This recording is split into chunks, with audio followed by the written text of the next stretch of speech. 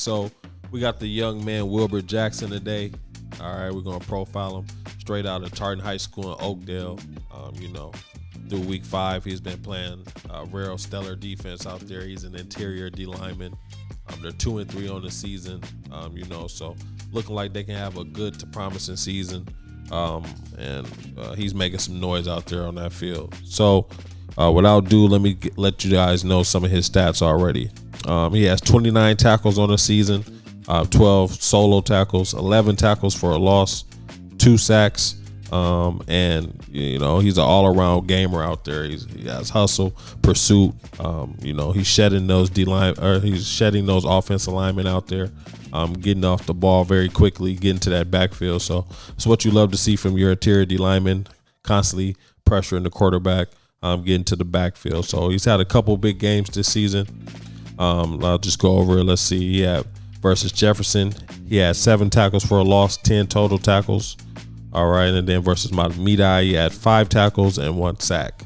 So they got that win against both of those teams. So they're 2-3 on the season, and then they got St. Louis Park coming up next. So look out for him out there. He's doing very well. Again, he's an interior D lineman, constantly pressuring the ball, constantly in pursuit of the ball. And that's what you want to see from that young man out there. And he's only a junior. He's only going to get stronger. He's only going to get better. So coaches, keep a lookout for him. Yes, a very talented player coming out of Tartan. We're going to be looking for him in the future for sure on that D-line, causing havoc. All right, I got a couple more players here. Next, we're going to go with Jaydn Harris from Cretin-Derham Hall. He's a 5'11", 200-pound senior at linebacker. He also lines up at running back on occasion in Cretin's power running scheme that they got going over there, but mostly he's lining up at linebacker. Jaydn is statistically one of the top defensive players in the state right now. Through the first 5 games, he's recorded 56 tackles, and that's top 10 in the state right now. And of those 56 tackles, 46 of them were solos and 8 tackles for a loss. And 46 solos, that's a big time stat because many times guys have a lot of assisted tackles on their totals, which can skew how much work a player is really putting in. But 46 solos, we know Jaydn's putting in work, and it makes you confident that you could put him on the island and that he's going to make a play for you. That's what you want out of your defensive players, linebackers, and DBs in particular. Looks like he missed a week 2 game against Bemidji. At least we didn't find any stats for him. So had he played that game, he might have over 60 tackles at this point. So stats say that he's a good linebacker, but watching him on film, it verifies it even more. From what we've seen, he has very good technique at the point of attack, good at shedding blocks, and very aggressive when it comes to always looking to initiate that contact, right? He's not afraid of contact. He will initiate it. Wraps up very well when he drives through on his tackles. Very underrated ability right there, driving through your tackles and finishing them. And he always has his head on the swivel. He has great play recognition. So overall, just his defense IQ allows him to make a lot of big plays. He does have some colleges looking at him. And at 200 pounds, it'd be interesting to see if he transitions to safety at the next level, because he's definitely talented enough to do so. So we're going to keep an eye out on that. Cretin ain't really been the best the past 7-8 years, at least compared to the powerhouse that they used to be back in the day. So it's good to see that they're at least still producing some talented players. So Jaydn Harris will be on the lookout for you. And then the next player we got in our profile this week is Ali Farfan, excuse me for the name, for the pronunciation, I mean. But Ali's a 6'1", 160-pound junior quarterback out of St. Paul Johnson. A few weeks back, we profiled Justice Moody out of St. Paul Johnson, a wide receiver, for our first player of the week. And so seeing Ali play now makes sense why Justice has been putting up such good numbers this year. So for Ali, a few things stood out on film right away. First is the fact that he's a mobile quarterback who has excellent ability to escape the pocket, which leads straight to the second thing that we noticed on film, and that's his ability to throw on the run. So when he does escape the pocket, He's good at squaring his shoulders, getting his eyes downfield, and letting it rip pretty much. Accuracy and power. Right? And the third thing that stuck out to us is that even though he's a mobile quarterback, he has great composure in the pocket. So he has good footwork and doesn't look rushed, doesn't look panicked. He just gets the job done. So definitely a dual threat quarterback, and only a junior, so still developing. Some of the big games that he's had this year as a junior, week 1 against Highland, he threw for 396, so almost 400 yards, and he threw for 4 touchdowns in that game. Him and Justice were absolutely torching that secondary. He followed that up with a 167-yard game and 2 touchdowns against Como Park. And then against St. Paul Central, he threw for 210 yards and 2 touchdowns. So he's definitely filling it up midway through the season here. We'll see how he finishes this year. But last year, as a sophomore, he started a lot of games. He finished with over 1,300 passing yards and 14 touchdowns as a sophomore. And he threw for over 140 yards each game. And I think he only went one game where he didn't throw a touchdown last year as a sophomore.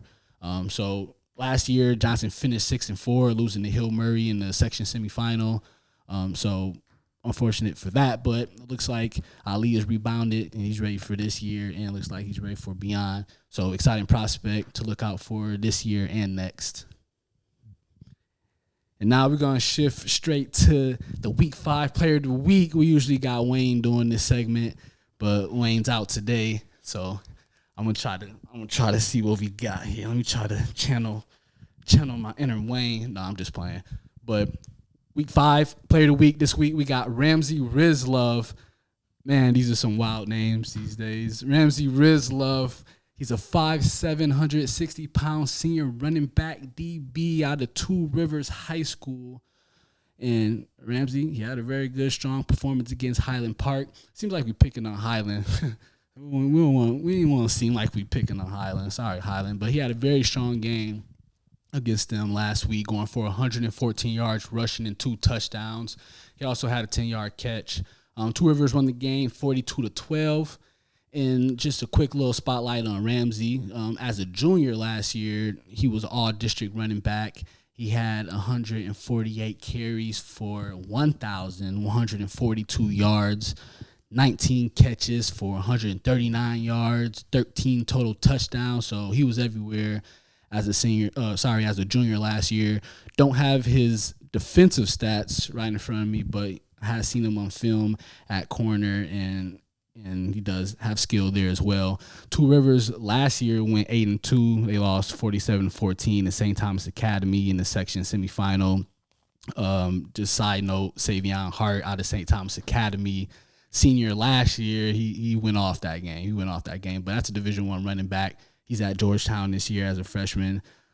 So that's Savion Hart on the tangent. But back to Ramzi Rislove. Yeah, he was just killing it against Highland and killed it last year as a junior. So this is a player that we're going to be interested to see what he does at the next level as well, if he continues his career beyond this year. A little bit more about him. He's an undersized player, but very explosive style of play, both offensively and defensively. Very shifty when he's running the ball, great change of pace, and he's also not afraid to initiate contact, even though he's a little bit undersized running back. And he's great at breaking tackles, too, and squeezing through those small lanes. So he's the type of players that you don't want to take your eye off because, he might make a big play whenever. And he's also a varsity basketball player for Two Rivers. Last year had 9 double-digit scoring games. So, just a scrappy player on defense. Overall, just a good athlete, pound for pound. So that's Ramzi Rislove, week 5 player of the week. And last but not least, we're going to wrap it up with what's going on around the state with football. We're going to look at some week 5 games. So last week we had some big games go down. We had a top 5 battle, Minnetonka versus Shakopee. Minnetonka won 21-13.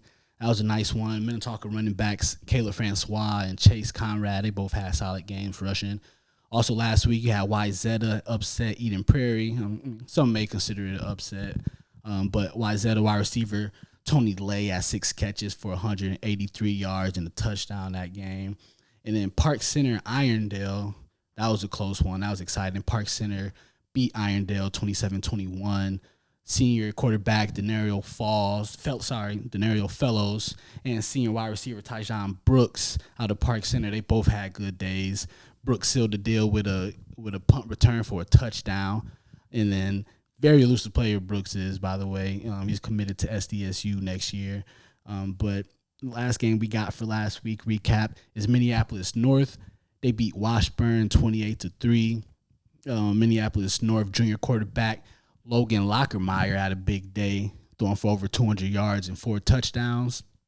And North got some talented guys over there on offense, and 3 junior receivers in particular that Logan's been throwing to this year that's been looking impressive. So this leads straight to our Week 6 preview.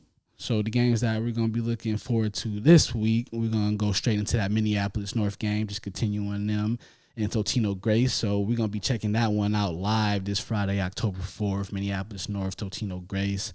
We've been excited to see this Minneapolis North offense, and then we're going to be excited to be able to see those Totino Grace recruits who we profiled last week, Dale Thomas and Josiah Young. So it's going to be really interesting to see those teams and all those athletes go up against each other. Next week, we also, in 6A, we got Edina going up against Shakopee. That should be a good game. And then in 5A, we got another battle, top 10, Alexandria versus Bemidji. And there's some other top 10 games like in 4A and things of that nature. But just like every week, a lot of good games to be looking out for on the football side. Again, promise we're going to expand beyond football, expand beyond basketball, but we in the middle of it right now. Heat of football season, everybody's excited. We're locking in a lot of players to look at. A lot of deserving players who should be talked about on the radar profile. A lot of good teams that deserve to be talked about. So football is filling up our plate right now, but don't worry, we got other things on the horizon. But yeah, that's it. Nice and quick. Episode 14, TCS Radar. See you next time.